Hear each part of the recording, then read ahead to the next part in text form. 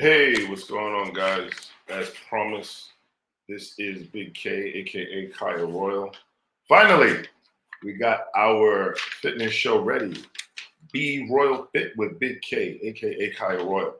And just to give you a little bit of background of what my channel is, uh, we will be taking complicated topics, scientific topics that you might have had difficulty understanding in the past, and we're going to simplify it. We're going to make it very straightforward. We're going to talk about diabetes. We're going to talk about hypertension. We're going to talk about working out, exercises, how to lose weight, how to gain weight, things that you couldn't comprehend, things that you might have struggled with and understanding. We're going to take a lot of these topics and make them very straightforward and very simplistic in helping you understand it. Everybody knows my platform and a lot of what I do involving Black and Brown communities, and that's what I intend to utilize this platform that I am building the same way. So we know that a lot of times we don't have access to adequate nutrition and foods. We know what our neighborhoods are, liquor stores, Chinese food, fast food, and we just don't know. A lot of us are nutrition ignorant to reading labels, to what's in food, to what we're putting in our bodies. And I intend to help us in any way I can to better understand that and grasp these concepts. When you talk about fitness and understand and accountability and what have you, when you talk about, excuse me, fitness and, sorry, and accountability with fitness and what you're putting into your body, it's going to trigger some people. It is going to trigger some people. That is true. And I know there's going to be some negative feedback about that because anytime you're holding someone accountable who's not ready to be accountable, they don't really like that. They don't really like that. And it may get a little bit confrontational. I know that. I expect that. But guess what? I say what I say with all good intentions. I say what I say to better us as a people, so that we have to wake up. We have to understand what it is we're putting in our body, you know. And there's a lot what's going on today in today's society that is going to contradict that. You know, things that you believe. A lot of people are not going to like it. I'm going to tell you flat out. They're not going to like it, but that's okay. But we're going to talk about those things and a lot more. You know, what's going on, what we see in society, and, you know, tell me how you feel about that. So the first topic, I made a video about a week and a half ago. We're talking about BMI. And when we talked about the body mass index, a lot of people, when they hear BMI, they associate BMI with being this European, Eurocentric standards for body weight standards, you know, and what you should weight that you should be at. So a lot of, we find that in our community, it's rejected. It's rejected because they say, well, you know, that's a slim, skinny little white girl. You know, that's for them. That's not for us. We're thick. You know, we shouldn't have to succumb to what their standards are. So I'm going to give a little bit of context. I'm going to give a little bit of context of what exactly BMI is and what purpose it serves. The BMI is calculated very, very simple formula. You take your weight in kilograms, you divide it by your height in meters squared. Very simple formula. And you will come to what your body mass index is. And as I said in previous videos, what they see is anything, 25%, anything above that, you're fat. 30, 35%, you are considered obese. Okay, you have too much fat on your body. And people might say, well, what does that mean? When you have the BMI, when you take the BMI, it's essentially giving you an idea of how hard your heart is working to pump blood throughout your body. Okay? We're just talking about weight. That's all we're talking about. Just weight. We're not going to take into consideration uh, your cardiovascular levels. We're not taking any of that into consideration. We're just talking about weight, right?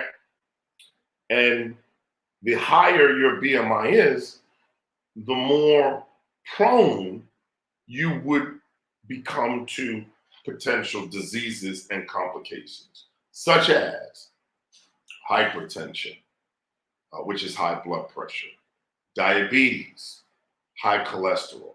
Now, we know that these are diseases that adversely impact Black and Brown communities. We know that.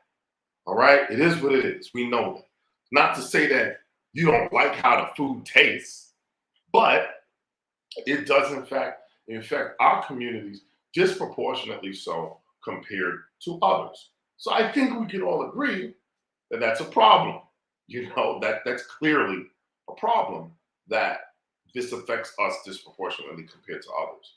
So when someone says that, well, that's a Eurocentric European standard of uh, weight you should be at, well, guess what? No, that's not true.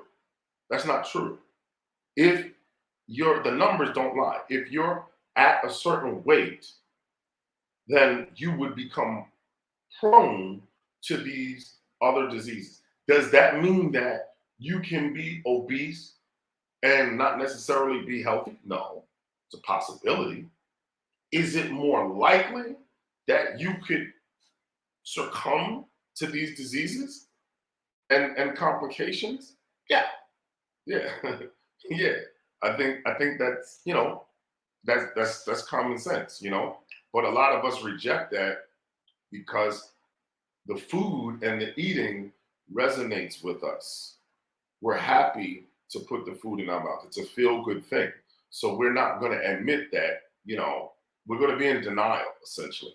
And just to give you an analogy, those who would challenge the BMI as being, white, European, Eurocentric, well, I'll say this much. There's always that argument that people would have, and they would say that, well, you know what? My friend weighs, I don't know, 250, 300 pounds and is 5'4", and they're perfectly healthy. Ain't nothing wrong with them. So I don't see any reason why I should go by these standards of the BMI, right? Okay.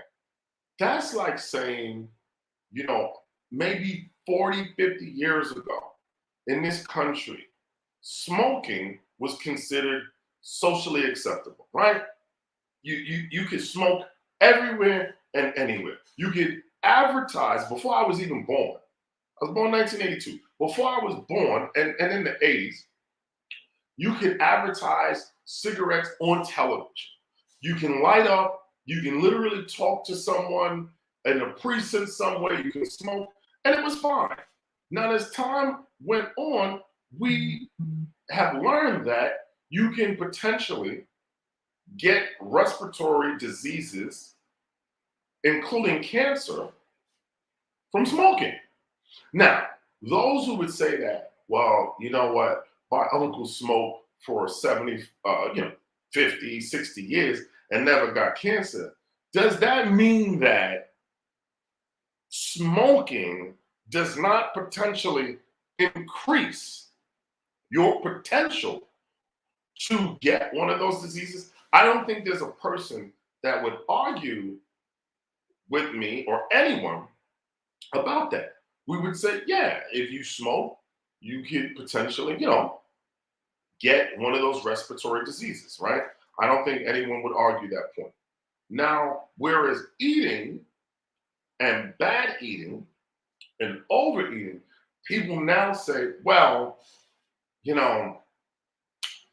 because it resonates with me, the eating, therefore, I reject that science and I'm going to take the minority data that says, well, I got a friend or I got a girlfriend or I got a mother or whatever who been eating like this for such and such years and there ain't nothing wrong with them, and they're perfectly healthy.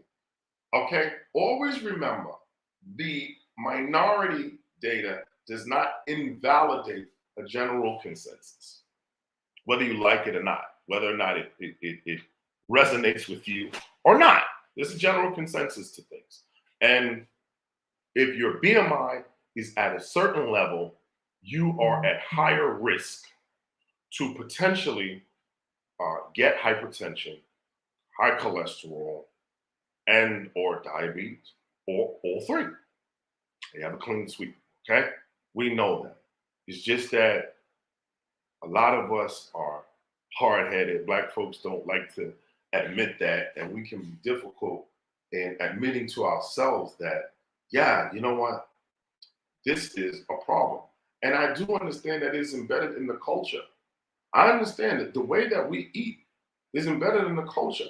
We know that in America and in the Caribbean and growing up as slaves, not growing up as slaves, but from slavery, we were only given certain foods, certain rations that over time, historically, we have learned to make taste good and become delicacies. It doesn't mean that those things are necessarily healthy for you. We've just gotten really good at making them taste good, but they're not healthy for you. So when you grow up eating bad, a lot of us just don't know. We just don't know any better. We don't know how to read labels. How many black people, come on, black people watching, what happens when you got a stomach ache? What your mother tell you? Other than tea, other than Caribbean people drinking tea, you drink sugary ginger ale. Sugary ginger ale. So is that good? Absolutely not. That's not good. But what I'm gonna do right now is I got my boy Jamal who's calling in. He's a good friend of mine. He is a trainer, and he encounters these people who need food literacy, exercise literacy, and he's going to touch on some of his personal experiences with some of his clients involved in this. So I'm going to welcome him to the broadcast right now. Okay, how you doing? And his audio is you're muted, brother. I'm muted. Okay. How about now? Still? No, I got you unmuted. I can't hear you. Can you hear me now? No, sir. I cannot hear you. Let's see here. Okay. You're not muted on my end. Oh, everyone can hear you, but I can't hear you. They can hear you just fine. Oh, they hearing me? Let's see. What do I got to do here? Settings, audio. Yeah, everything seems to be all right over here. I don't know why we can't hear you. I don't know if that's on your end, brother. Yeah, I don't know. Oh, let me check the audio. Sorry.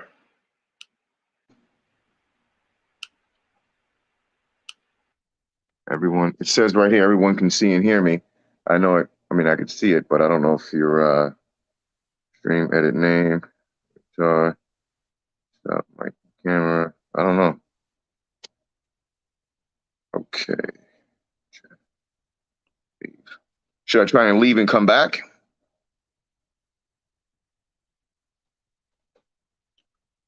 Let's see. You can hear me? Oh, okay, good. Okay, good. Oh, now I can't hear you. I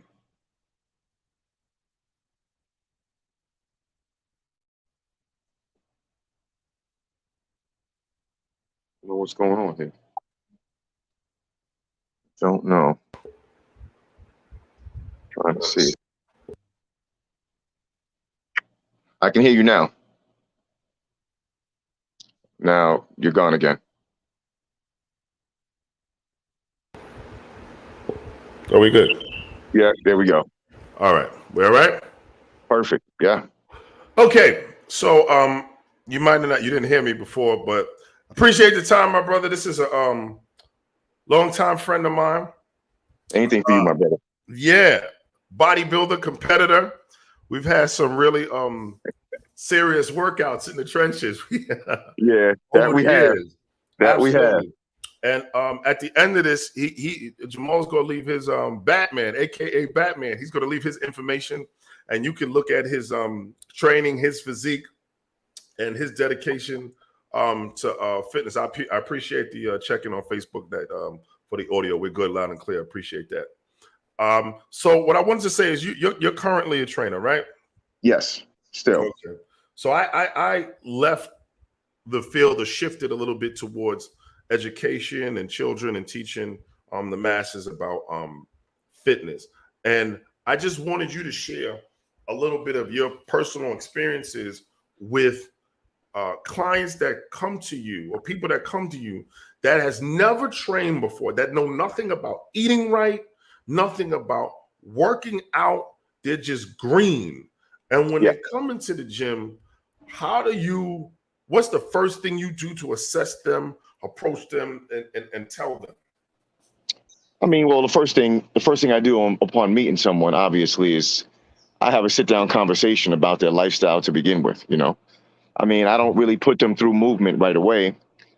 Some people come to the gym completely and utterly brand new. So I want to know what kind of lifestyle they live. Because even though they may not be, avid gym goers on a regular basis, be on a full blown workout program, they could still have an active job, right? So, I could assess someone and ask them to show me how to squat, and just in basic movement, they might actually have a decent squat, and movement for them might not be an issue. But for the most part, most people, you get a lot of people when you bring up how is your diet, right? Your lifestyle. They'll say, "Oh no, my diet's good." I'm like, "Okay, well, explain to me good." And it usually turns out being horrible. So, it's the forgive me, but the lack of knowledge that people have when it comes to diet that I think causes most of the problem. I tell a lot of my clients initially when I try to explain the importance of diet, right? If I ask you to burn 1,000 calories on a treadmill, right? Today, right now, I want 1,000 calories on a treadmill. You can go in at a comfortable pace, walk on the treadmill for 5 hours. Right. Okay. Either that or eat one less slice of pizza. Which one seemed easier, right? Right. It's not as time consuming. It's just not as ridiculous as walking for 5 straight hours. But either way, eating the one less slice of pizza was obviously easier. Now, I didn't tell you not to eat pizza at all. I didn't say you can't ever have pizza, but I said one less slice. That's all. Right. So in trying to explain the difference in how to combat calories, it does help people understand it a little bit more. So I dive into their nutrition first before I even assess their body type and their body fat percentage, overall body composition and their movement and stuff like that. So diet's the first thing I jump into, hands down. Do you find that people are in denial of what they eat? And listen, I told y'all it's going to be some triggers, so we just going to keep it 100. I've in my experience, I've noticed that a lot of the sisters will reject what you're telling them and the science in terms of what they need to do to eat fit. So what we typically hear is, well, all I need you to do is just to lose this stomach right here. Yeah, and that's all I need to do. Everything else is fine. Right. I just want to get rid of this section right here. Right. As if you can talk, and that's another topic we'll talk about down the line. You cannot target lose body fat. Just yes. FYI, people.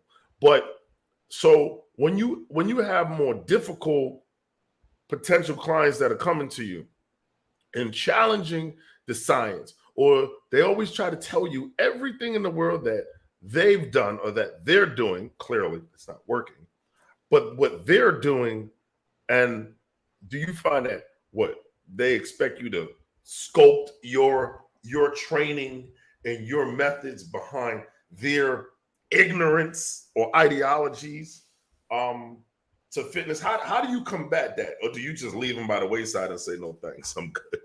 Nah, I can't give up on them. You know what I'm saying? Like I preach fitness. I can't just turn my back. You know what I'm Right. saying? And, just like, you just plumb dumb and walk away. Now, I'm not going to do that.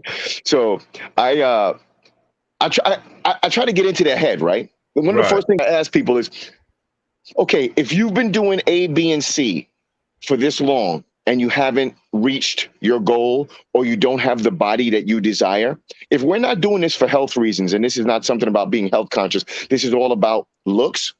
If you've been doing A, B, and C for however long and there is no change, Mhm. and I'm telling you it's because you need to do D, E, and F.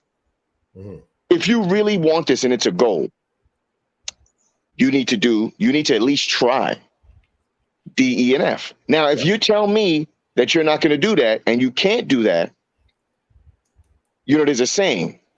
If you continue to do the same thing over and over, thinking you're going to get a different result, Right. that's called insanity. Right. Absolutely. Right. So here we are.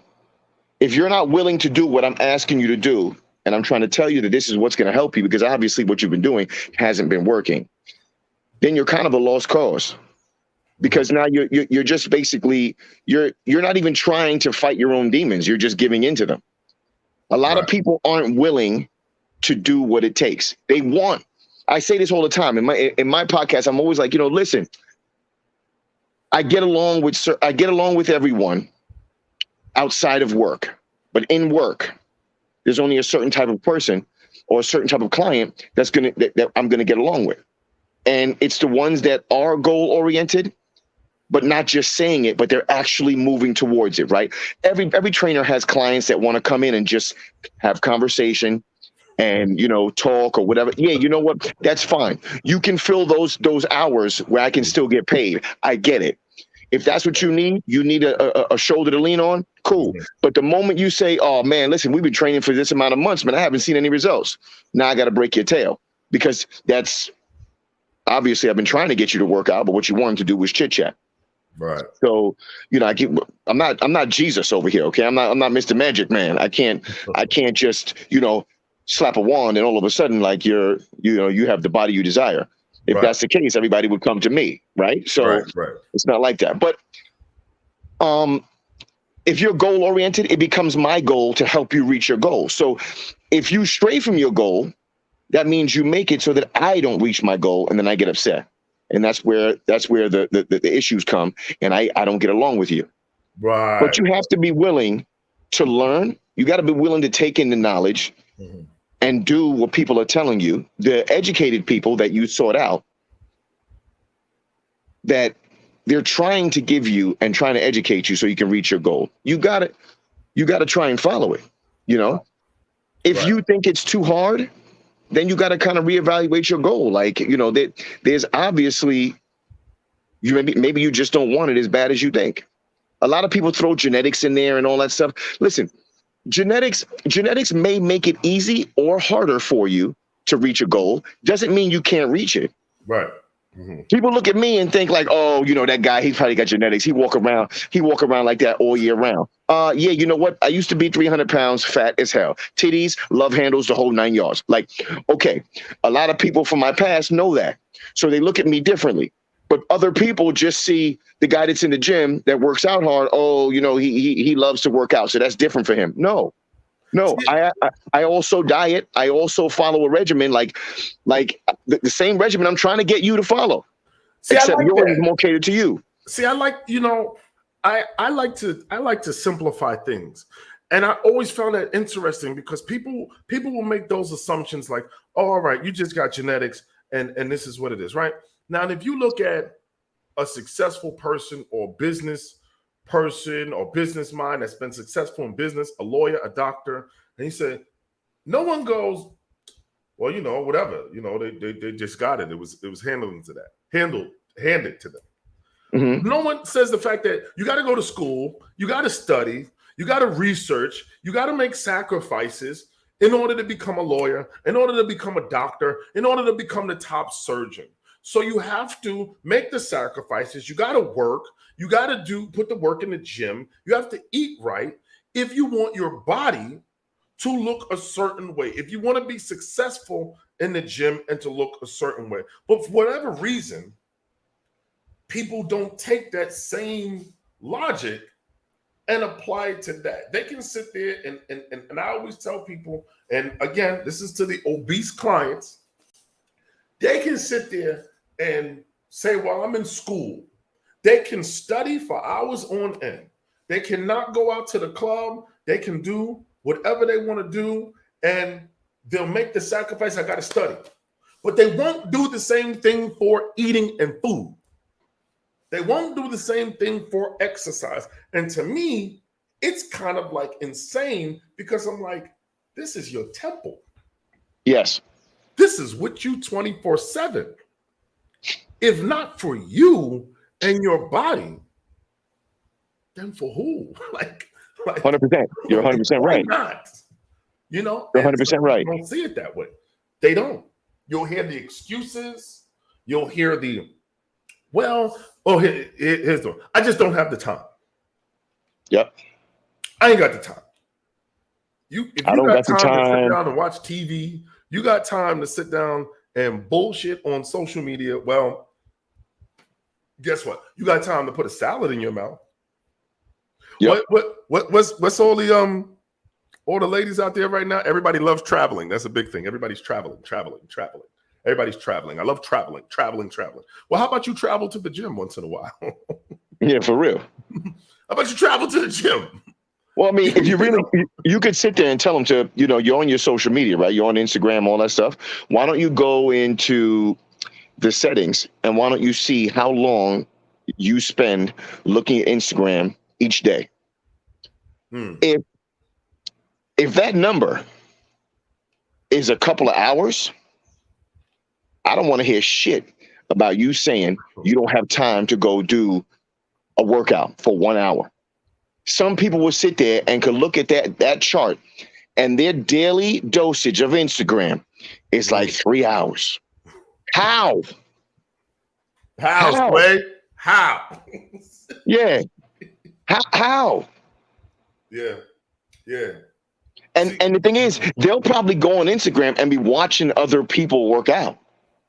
Or better yet, looking at this is another good one, right? Okay, ladies, go on Instagram and pull up the girl you want to look like. Like you want to have the body like this girl, right? And they pull it up. They already know. It's funny as hell because you could tell them that and they'll be like, oh, I know the girl. Here she is right here. And write her name in and pull it up. And you're like, okay, good. So let's look at her page. Oh, wow, look, she goes to the gym. Look at what she's eating. That's crazy. That's amazing. Oh, here's a picture of her getting up early, quote unquote, grinding. Mm-hmm.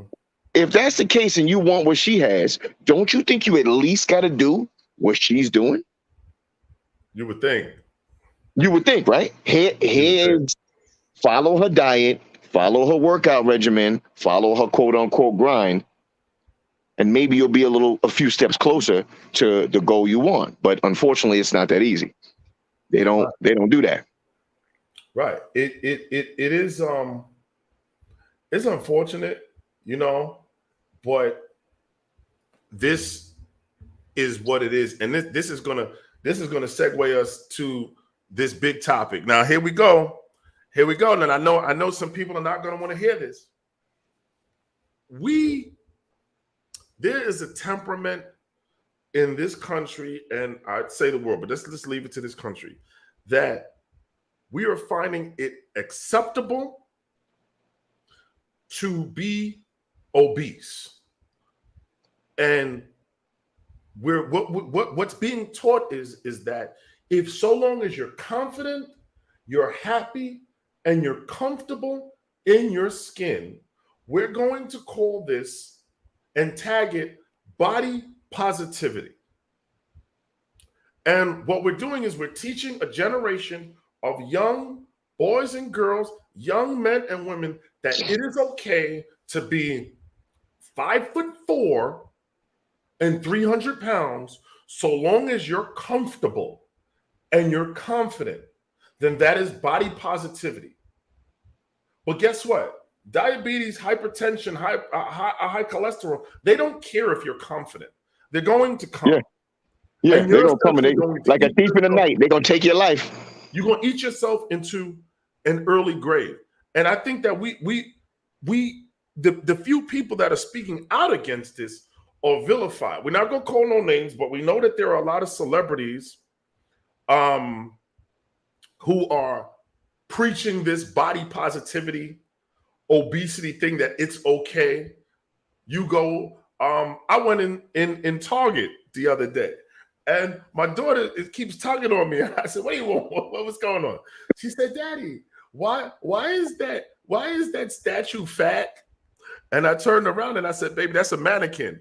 And then she said, "Well, why is it fat?" And then I turned around and I said, "Wow, they got a whole section of obese mannequins."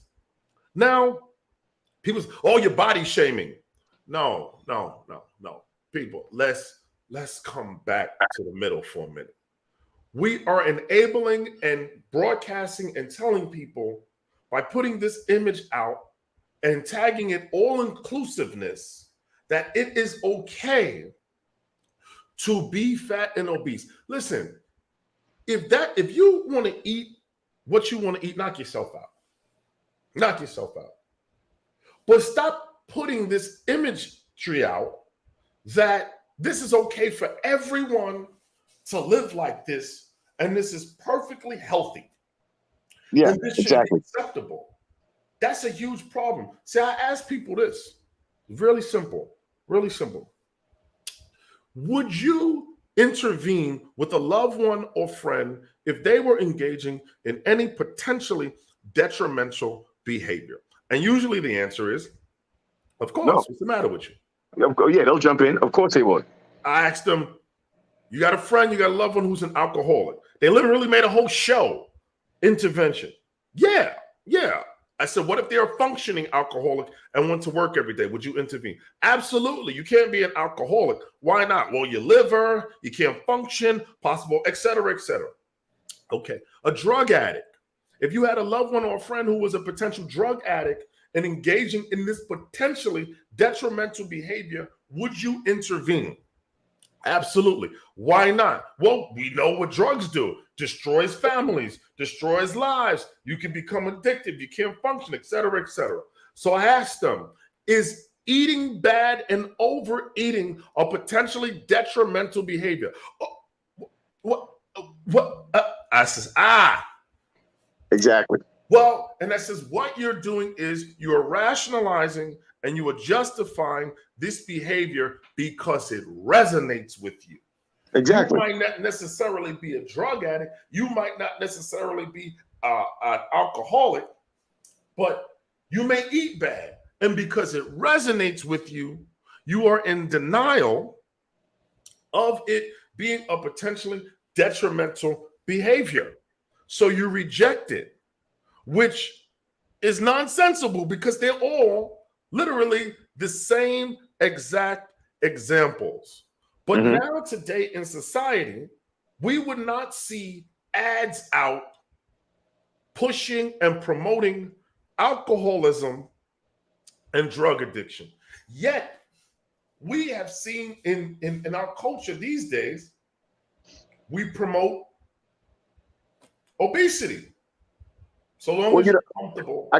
I kind of feel like it stems from, unfortunately, I hate to say this, but society's way of not holding people accountable. Absolutely. Trying to make people feel more comfortable with being mediocre and not great, not pushing the envelope of even the attempt to be great, the attempt to be healthy, the attempt to do what's right. And when, forgive my language, but you fuck up, you got to be held accountable, not coddled, right? Don't just sit here and tell me that, okay, you messed up. It's okay. Get him next time, right? Yeah, in a relationship, you cheat on your spouse, and they're like, all right, don't worry about it. You could do better next time. Please, you're gonna stop cheating? He or she didn't hold you accountable for your mess up. But if they hold you accountable and make you feel pain and make you feel uncomfortable and unhappy, so you realize what you're doing is wrong and how you could lose something so great as in your spouse, a loved one, or much less your life in this situation, then now it's like, oh wow, you know what? I do have to make a change. So you could sit there and you could say I fat shame if you want. I really don't give a shit. It's not about making fun of somebody, but it's about seeing somebody say that they're happy and they're content, right? Being overweight. But I guarantee you, and the funny thing is, the moment they start talking about on social media, all right, I'm trying to lose weight, I'm trying to get healthy, that community will tell them that they're fat shaming. But where's that community when you have a heart attack? When you got to get stents put in, right? Where's that community when you have a stroke and now the whole left side, right side of your face isn't working? You know what? Forget that. The whole left side of your body's not working. Now you can't speak right. God forbid you have kids and you can't even have a conversation with your children. You can't teach your son or your daughter how to throw a ball because you're right-handed and your whole right side doesn't work. Where's the community now? Where are you guys now? Absolutely. Absolutely. Now all of a sudden you're by yourself. And now all of a sudden you're like, yo, I got to get my diet on point. I got to lose weight. I'm unhealthy. Look at what happened to me because of this. But now it's too late. But when people are trying to help you throughout, we're fat shaming.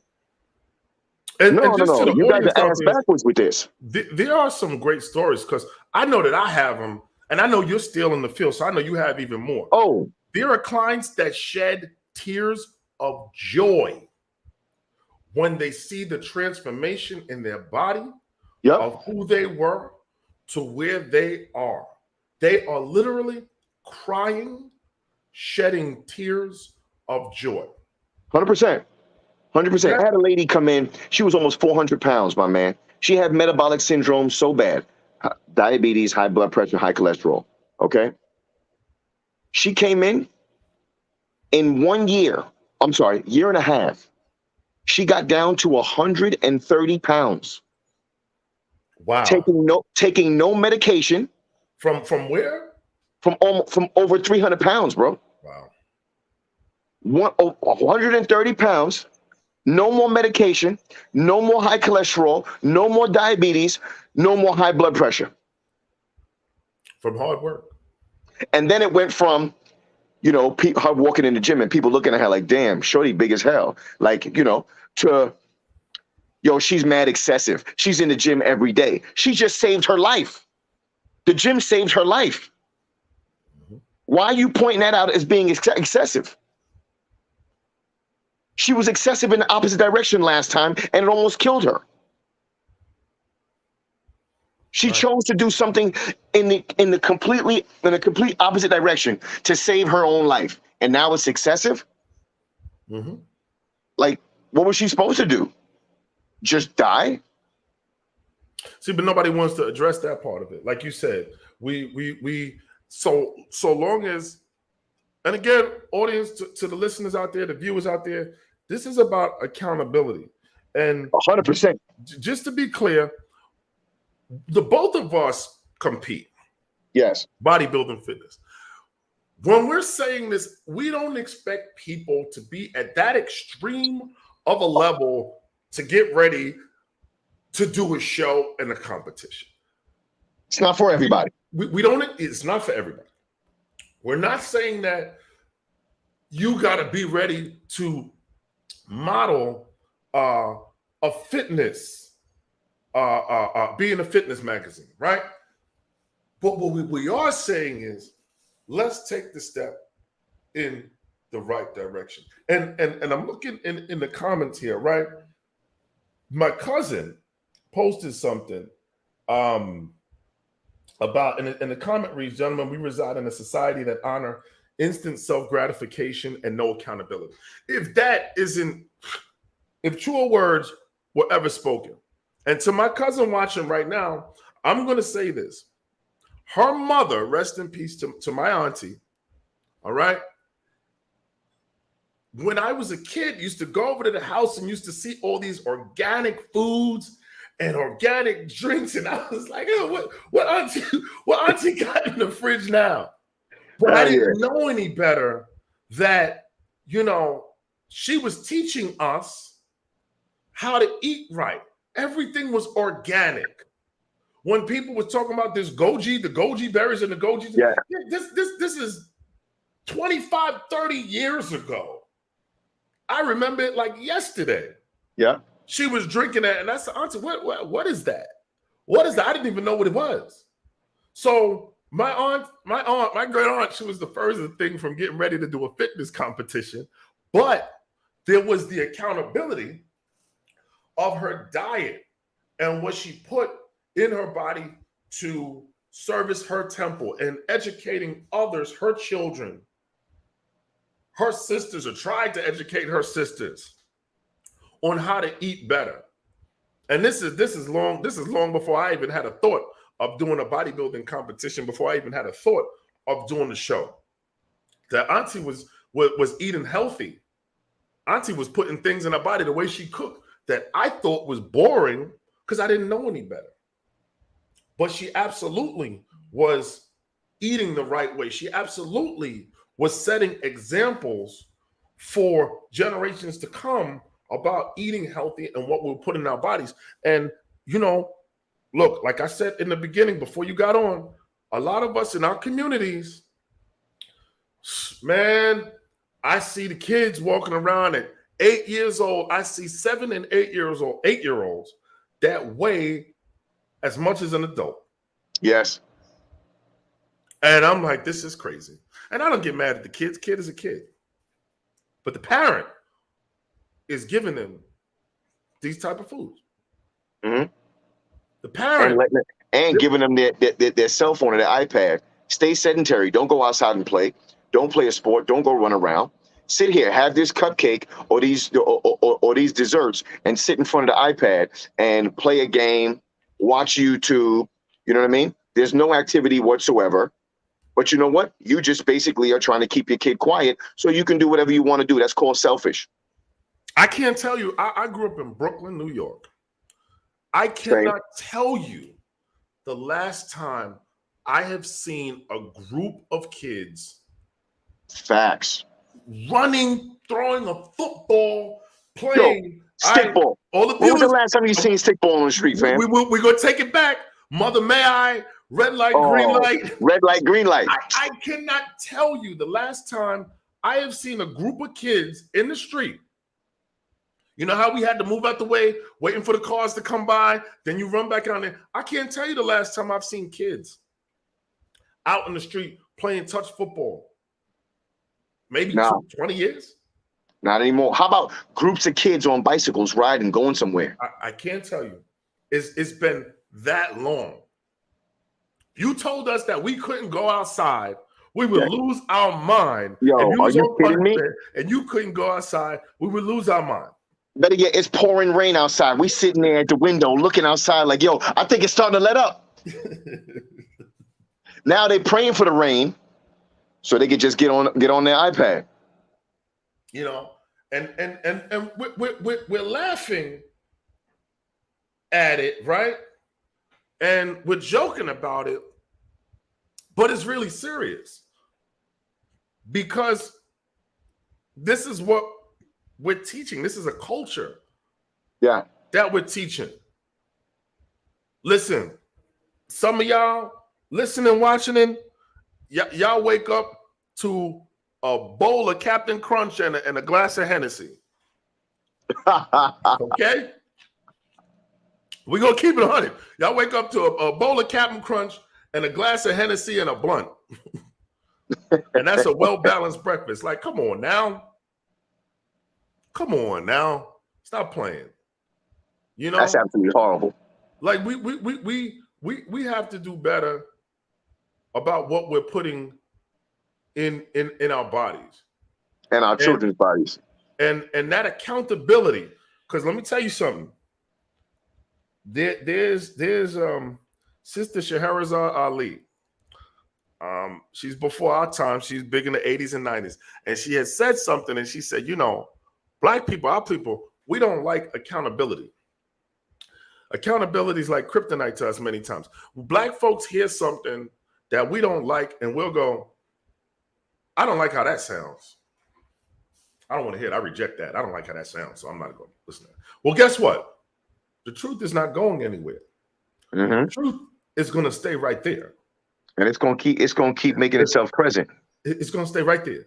So when you eat a certain way and your diet is a certain way, and somebody says, listen, you're borderline diabetic, your sugar's high. Yeah, you know, that doctor don't know what they're talking about. You know, the doctor's talking, whatever. I'm going to get a second, third, and fourth opinion. My grandmother ate like this, my mother ate like this, yada, yada, yada, yada, yada. And then when they become diabetic and they start getting wounds that's not healing, And got to get their where leg did cut this off. come from? I don't understand. See, the fact that you reject the truth and the accountability was being presented to you, and I don't mean the truth is going anywhere. That just means you don't like it. When you do that, that prevents you from growing. That prevents you from evolving. That prevents you from progressing as a people when you don't have that accountability. We have seen what has happened during this past pandemic. We all bear witness, and we all saw that COVID, we're not going to get into the whole vaccine thing. We don't want that conversation. We're not going there. But we know that it disproportionately affected the Black communities compared to others. Why? Well, a number of factors are we tend to hold jobs that we are in direct contact with the public. Not only that, well, we have a high rate of hypertension, diabetes, pre-existing conditions that would make us more vulnerable to dying from COVID. But still, we don't want to be accountable for that. Still, we reject that notion. And we have to get away from that. We really, really have to get away from that. Again, this is the first broadcast. This is the first show. And as we have future shows and episodes, and Jamal is always welcome because he's a very knowledgeable brother, very intense in the gym, and he's doing this work. Where we're going to talk about diabetes. It's a complicated topic, but I'm going to explain to you what's happening. I'm going to explain to you how you gain and lose weight. Those of you who believe that you're genetically predisposed to simply being big or you're big boned, I'm going to explain to you what's happening in your body and why you cannot lose weight or it is difficult for you to lose weight. I'm going to explain to you carbohydrates, glucose, glycogen. What are these things? I'm going to show you how to read labels. I'm going to teach all of you all of these things. But what we're not going to do is on this channel here, we're not going to enable and tell people that it's okay to be 5'8" male, 250 pounds, and so long as your wallet's fat, it's all good. We're not going to tell women that it is okay to be 5'2", and so long as the fat so happen to land in your ass and breast, that is okay. Or potentially you might have placed it there, that is okay. You are overweight. And we're not going to, just the other day I saw on social media, they had a big girls pool party. Oh, yeah. They had a big girls pool party. Now, the first thing everybody go look at, everybody go laugh, and everybody go say, oh man. And maybe that is a fetish for some people. I don't really want to touch too much on that. But what I will say, I was like, this is crazy. Everyone is sitting here. Well, I ain't going to say what I really want to say, but large people, very large, obese people in bathing suits in a pool. And the thing about it is they were so young. Yeah. They were young. so They were young. very young. Very, very young. and they look to be in their 20s. Mm-hmm. Now, I understand that, people, and here on this, when we talking about Be Royal Fit, we are going to address the mental fit as well. We are going to get to that. I understand that people get depressed, so they turn to eating. Let's be mindful of that. I understand that people have a kid, and you say, all right, I got to get that baby weight on. But you can't look at me and say, I just had a kid, and 10 years later, you still got the same weight on, and you have one baby. That ain't baby fat. That's not baby fat. So you got a lot of these, it was a lot of women, call it what it is. I didn't see too many fat males in the pool, and they were glorifying being obese. See, again, we're not fat shaming here. No, we are going to. We're talking about health. There's a big difference. We're talking about health. I had an argument with a trainer in the gym once, right? Let me plug this real quick, and I'll hear the story. Those you watching in the broadcast, if you need help, if you need diet, fitness, nutritional information, training, etc., my email is right there on the banner, beroyallyfit@gmail.com, beroyallyfit@gmail.com. And you were saying, brother? Yeah, so I had a disagreement once with a trainer, right? So I'm watching her do, she teaches spin, she teaches aerobics, and she's very overweight, very. Now, when I say she teaches spin and aerobics, she's not participating. She has the mic on and she's just talking through the class. She'll get on the bike, get a few pedals in, a few, revolutions of the spin bike, and she's off and she walks around and she's, in people's faces and trying to motivate, and that's fine. And I watch her one day. I get to the gym. I'm always in the gym crazy early. It's the first class is at 6 a.m. She's the teacher of the first class, and she comes in around 5:30. She goes into the aerobic room and she sits down. And she must have came from Penn Station because she had a foot-long sub, chips, and a big fountain drink. She sat down on the floor in the aerobic room and she ate it, the chips, the whole sandwich, and the fountain drink. It's the instructor. Class comes in, she performs she teaches through the class, and this goes on. A couple weeks later, I get invited to a party in the Hamptons. I go. She's there. There's a hot dog eating contest and a beer drinking contest. She wins the beer drinking contest as well as the hot dog eating contest. We get back to work, and I walk into the office. She's speaking to the manager at this point, and she's saying that she's what they call fit but fat. And I said, listen,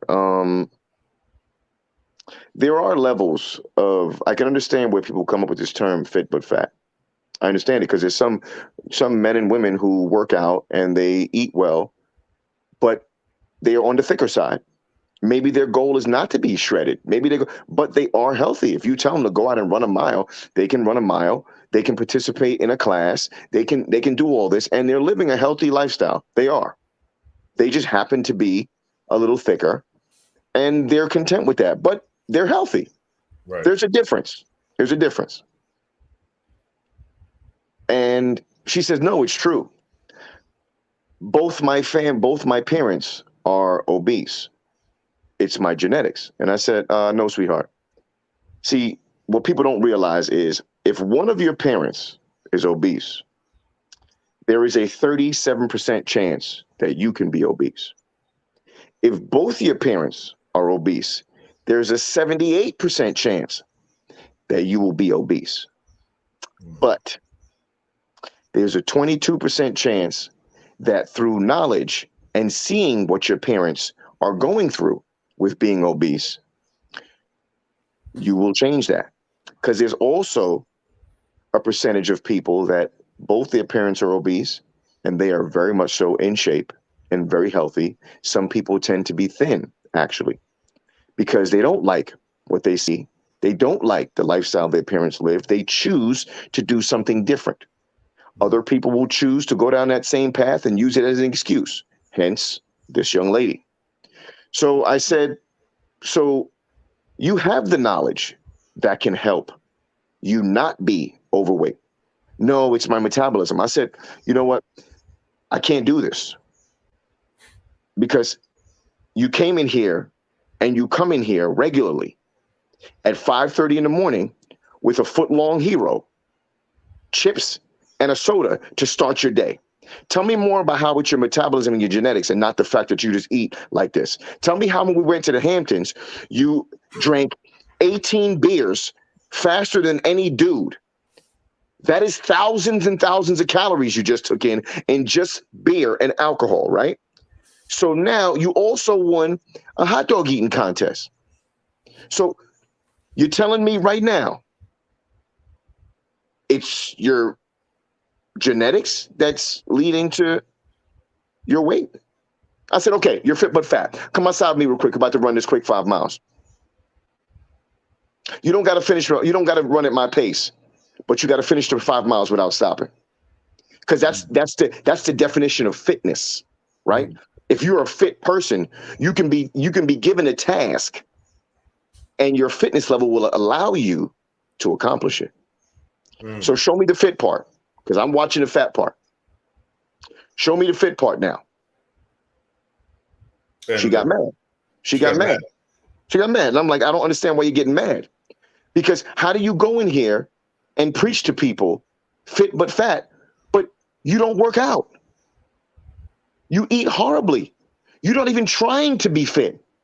You're not even trying to be healthy.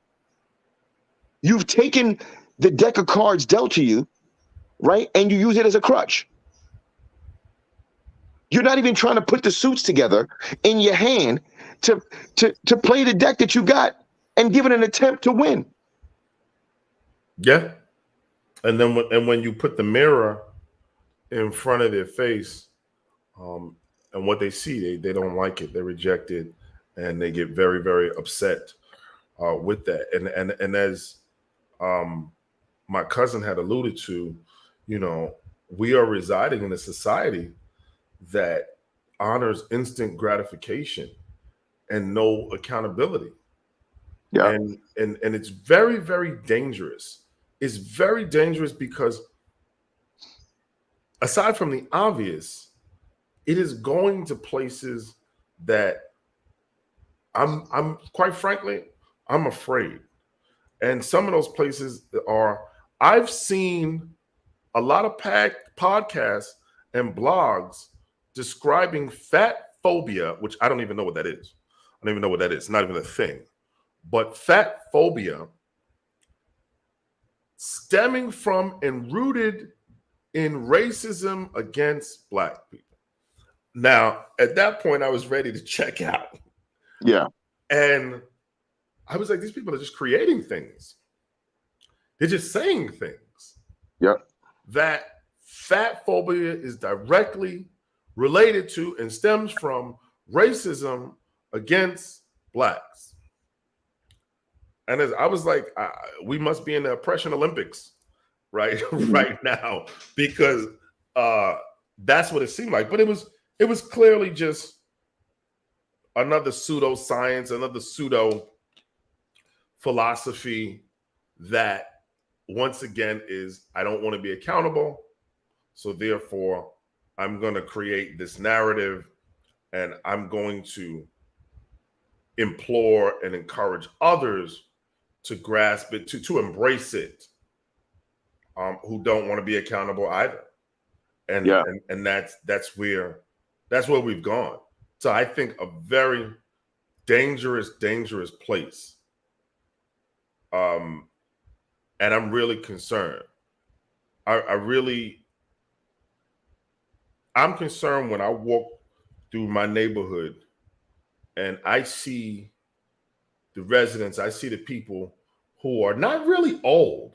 They're not really old. They're only about, 60s, mid 60s, and they got walkers. and canes.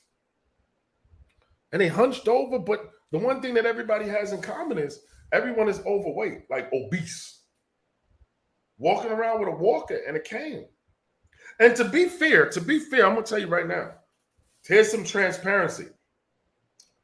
This is a problem in my family. And I Might as well. struggle in holding them accountable and telling them, what are you eating? What are you doing? You can't eat that. No. You know, where it gets confrontational at times. So, you know, I'm being honest. This is a problem in my own family. This is a problem in my own family. So if I'm going to tell them, you know, I'm not eating that. Are you crazy? Look Exactly. what time it is. I'm not eating that.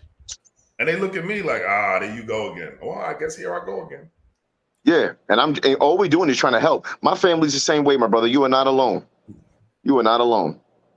That they're looking at you as being on. I'm the crazy one. Yeah, because of what you're eating and what you're putting in your body. And you know, again, people, we're talking accountability. This is your temple. This is your body.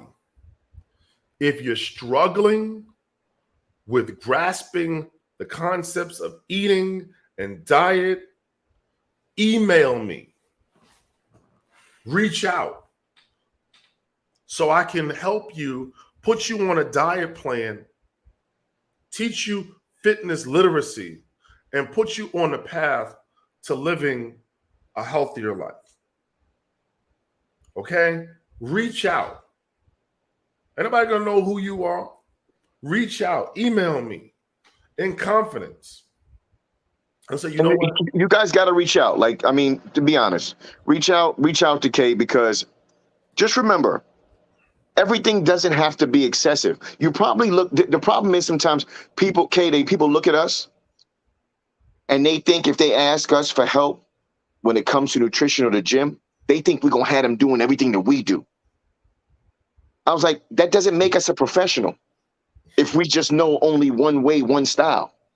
Right. We have to be able to cater things to everyone's lifestyle. So when you come to either one of us for help, we're going to cater it for you, what you can do, right? You just had ACL surgery. I'm not going to tell you to go outside and do sprints and change direction. Come on now. Like that's not, no, it's not going to be that. But don't be worried that you think that, you know, it's going to be excessive. There's a start and there's a finish, right? You can start off nice and slow, make nice, easy changes. It's as easy, like he said. If Kay is going to sit there and tell you what you need to look at on the ingredient list when you're walking down the aisle in the supermarket, that's step number one. That's not that hard. That's all you got to go to the supermarket. You got to get stuff to eat. Pick it up, turn it around. You know what? That's an ingredient Kay told me I should stay away from. There's got to be something else like it. That's step number one. No one's putting you in a ring to go and fight with somebody day one. There's steps.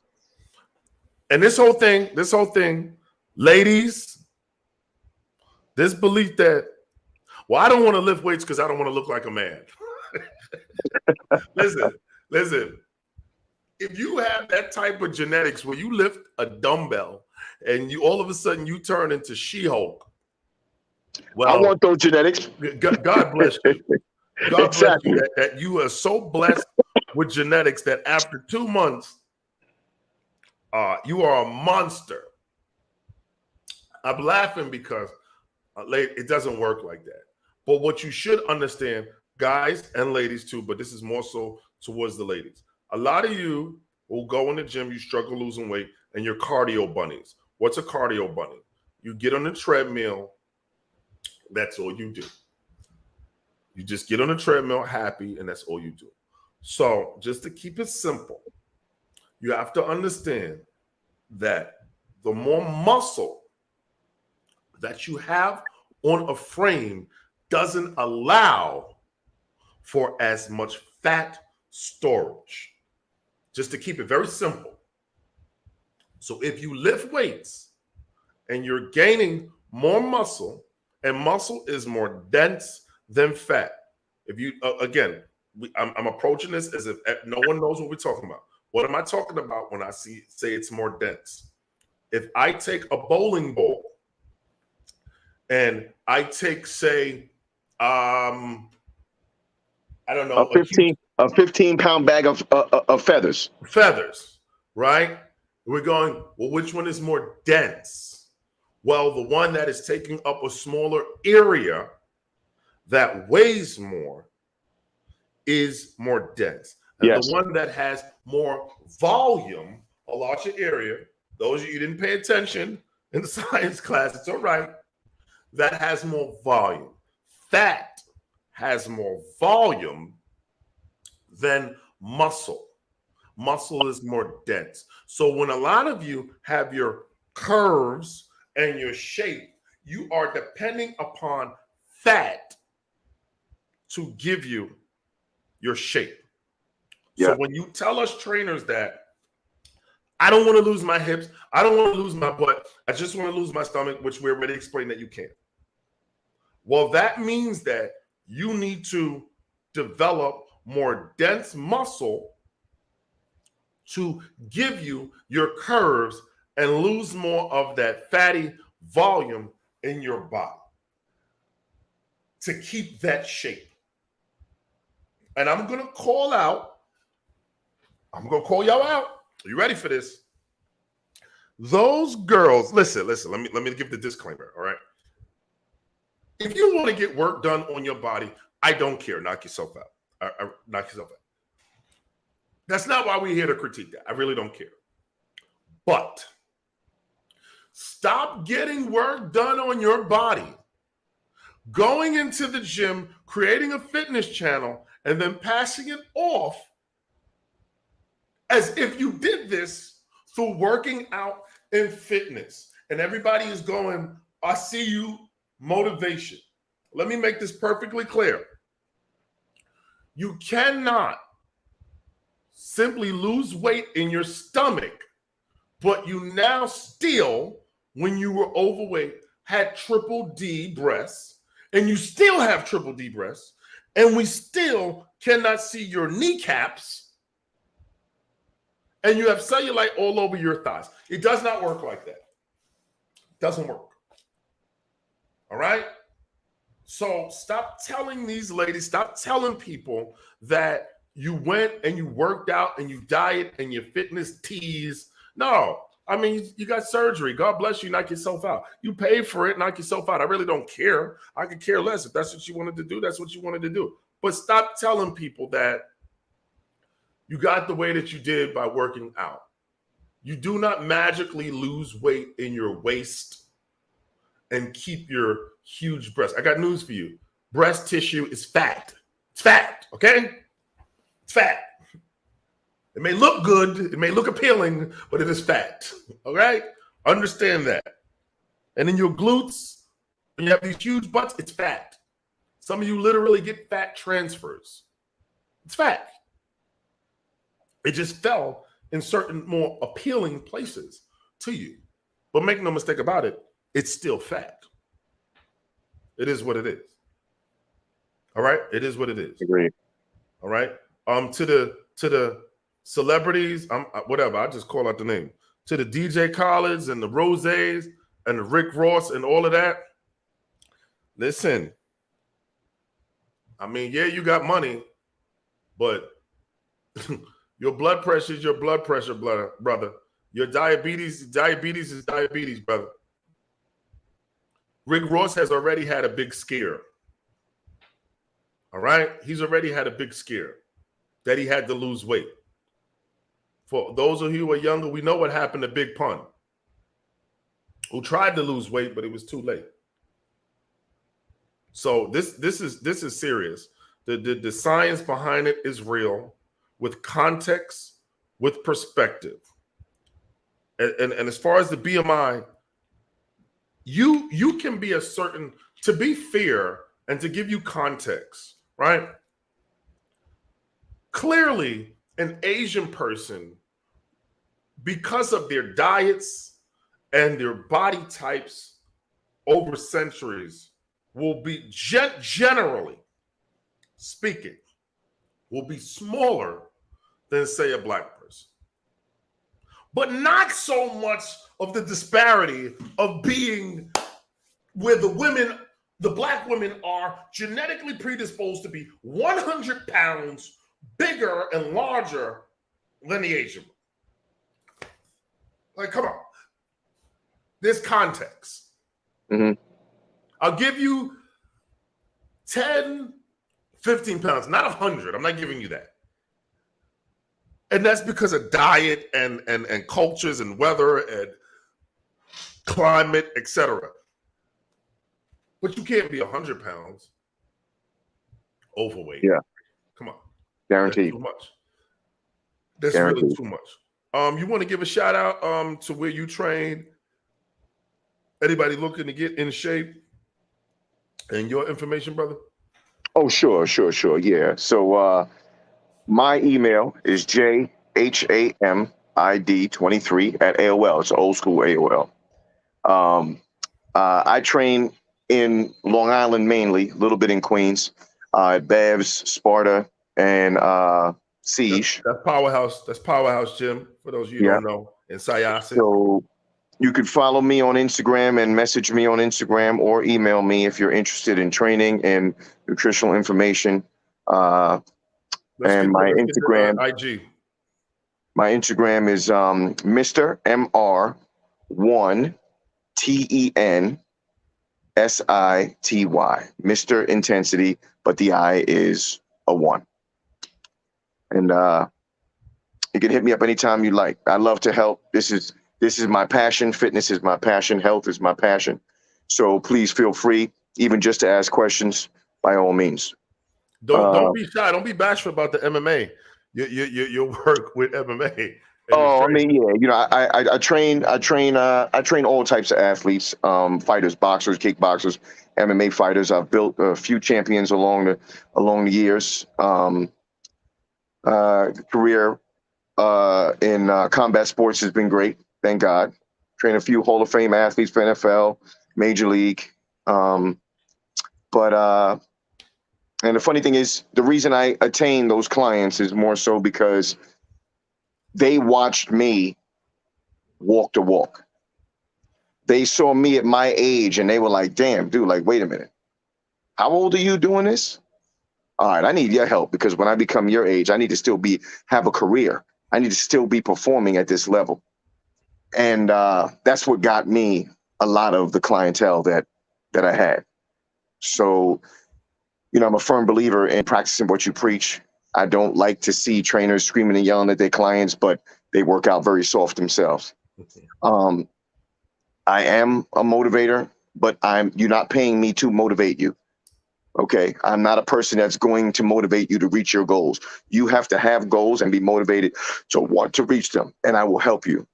I will teach you how to take the muzzle off and be that savage that you would like to be. But I'm not going to be the one that's going to be the savage and try to instill that in you. That's not what I do. But if you're a goal-oriented person, I'm your guy, hands down.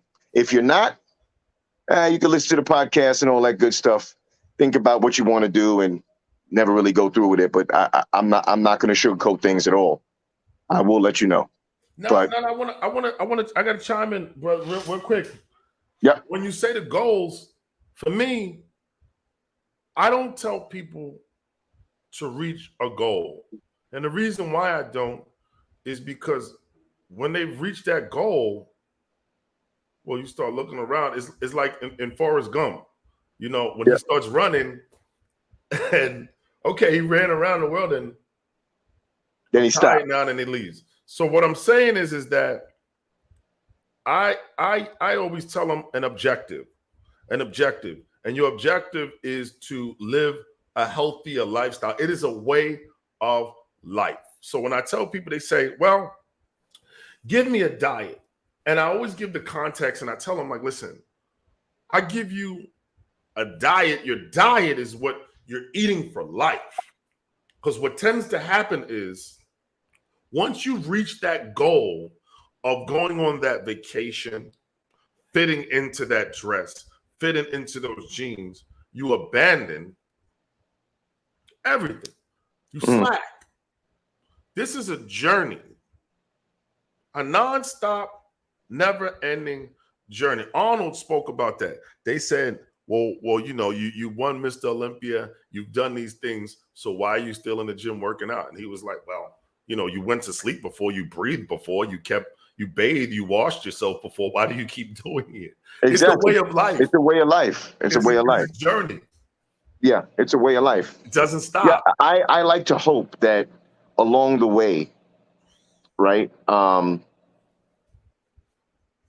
can help people change their thought process and change their way of life.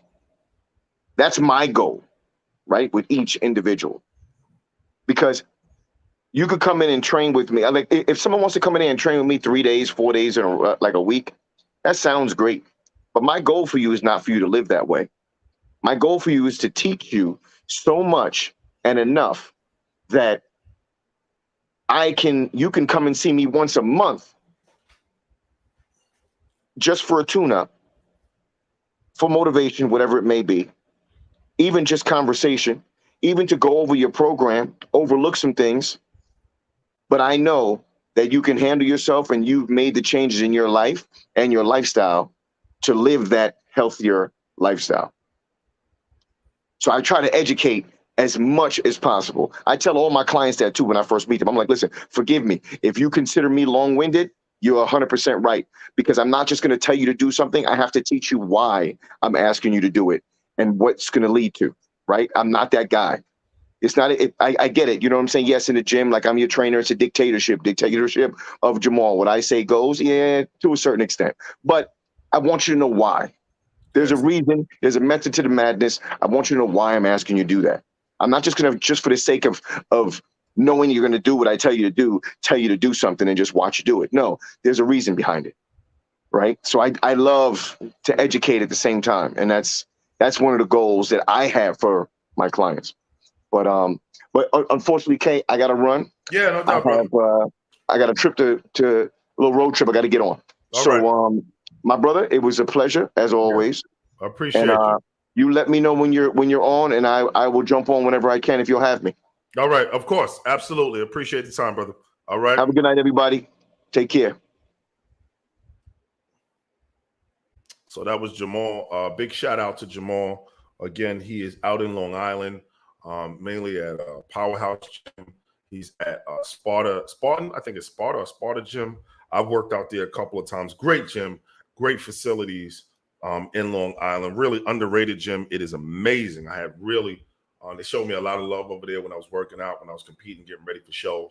So just give a shout out to Jamal and thank him for his time. We got about 12 more minutes for the broadcast, and then we're going to wrap it up, and I will see you guys next week. If you have, any questions, certainly don't feel shy or be bashful in the chat. Just leave your questions regarding fitness, some things that you didn't know. We briefly discussed the BMI and what its purpose was and some misconceptions about BMI. And just to review, if you weren't here earlier, the BMI just gives you an idea of how, well, let's rewind from me. Let's start from this point.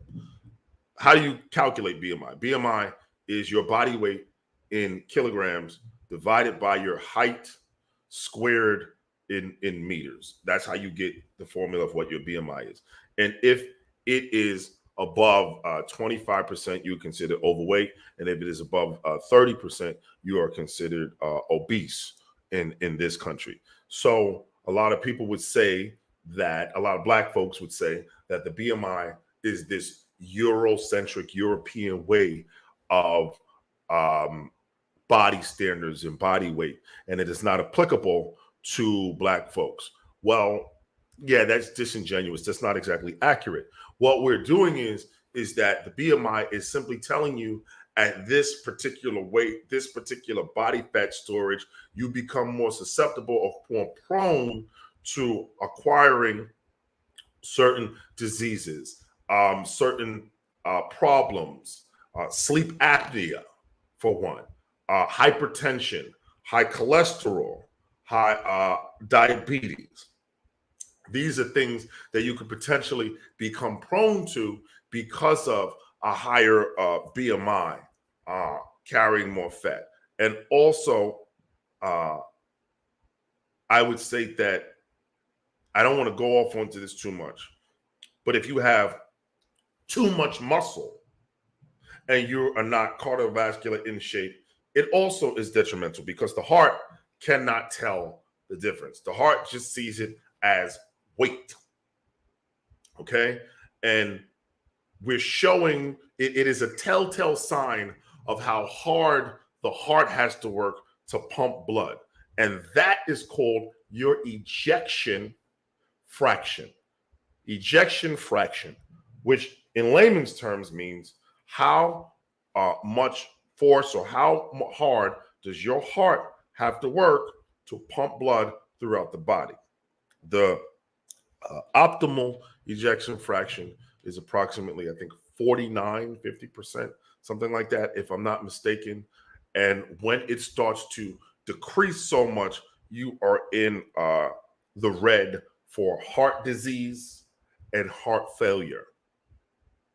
And this could be due to a higher BMI. Again, it could be due to a higher BMI. That is your ejection fraction. So in order to tell your ejection fraction, you need to have an echocardiogram done. An EKG will not simply tell you what your ejection fraction is. You need to have an echocardiogram done. That is where they take the gel and it's cold as hell, and they're going to go up and down your chest and tell you what your what your ejection fraction is. So next time you go to the doctor, and if you are obese, if you are overweight, and you tell your doctor, hey, doc, what's my ejection fraction? They might look at you like, how do you know that? You're welcome. And then they're going to explain to you what it does and its importance of having a low ejection fraction. All right. And some people might be walking around with the ejection fraction of, say, maybe 15%. If you're walking upstairs, if you're taking a lot of steps and you're winded from doing very simple tasks, chances are you have a low ejection fraction and you might already be developing heart disease or experiencing potentially possible heart failure. So I just think that you should be aware of that and what exactly it does. So again, you can be body confident. You can be comfortable in your own skin. Diabetes does not care. Hypertension does not care. High cholesterol does not care. These things are not going to go away simply because you feel better about yourself. So let's what I'm doing is I'm going to create a narrative to combat what we have seen in society in this country today, to essentially normalize being overweight, to normalize being obese, to make everyone inclusive. Again, if you're just tuning in, if you missed what me and Jamal was talking about, we're not fat shaming you. We will help you. We will help you get on that journey of being more fit.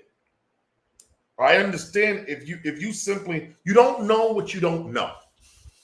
So if you don't know how to read a label, nobody gonna get mad at you. You don't know. But guess what? Reach out, email me. Diet plans, fitness, exercises, regimens, and help you live a healthier lifestyle. But again, what we're not gonna do is we're not gonna pretend and act like this is okay. The fact that they have obese mannequins in department stores, that's crazy. That's crazy.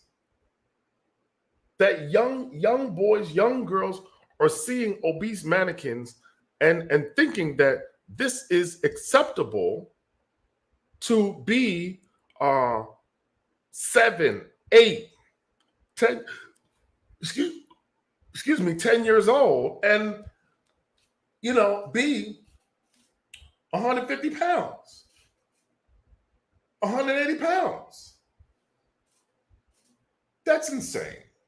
Come on, people. Come on. Let's bring it back to the middle. We can't live like that. We can't do that. We can't do that. We have to do better. We got to do better.